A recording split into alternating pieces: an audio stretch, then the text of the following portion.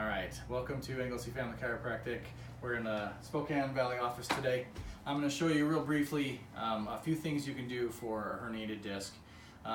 Make sure you've been diagnosed properly first, of course. We can do that here as far as making sure it's not just a misalignment or piriformis syndrome or other things that can be causing sciatica type pains going down the leg. Usually with a herniated disc, that's kind of what you're going to get. You're going to get pain down the leg, kind of a nerve pain, back leg, sometimes into the calf or foot, sometimes numbness or just shooting pain. So once you've got that diagnosis and you know you have a herniated disc, there's a few things you can do. Usually extension of the back is going to help pull that herniation or bulge in that disc back into the spine a little bit. So I'm going to demonstrate real quick a couple stretches that you can do to help with this. So you're going to want to go onto the ground and you get into a push-up position and don't lift your hips off the table or off the ground. Just come up just enough to where you can feel that extension in that lower back, and you can hold that for 20 to 30 seconds, okay? And you do that a few times a day, or as many times you can do it in a day. So once you've done that, that's one thing you're going to do. The other one is some people have inversion tables.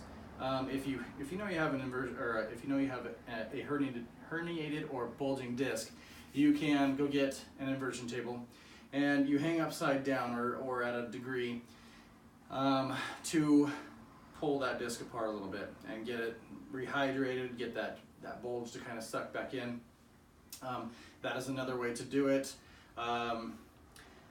And chiropractic, of course, we want to get you in here. We want to make sure everything's lined up so that there's nothing that could be causing more inflammation or swelling in that area that, you know, is pretty common.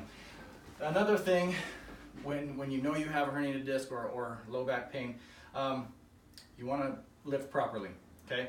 So, of course, you've always heard about keeping your back straight, use your legs, and it's very true.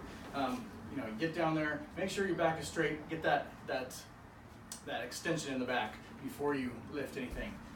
If you bend over and do this, you're going to hurt that disc a little bit more.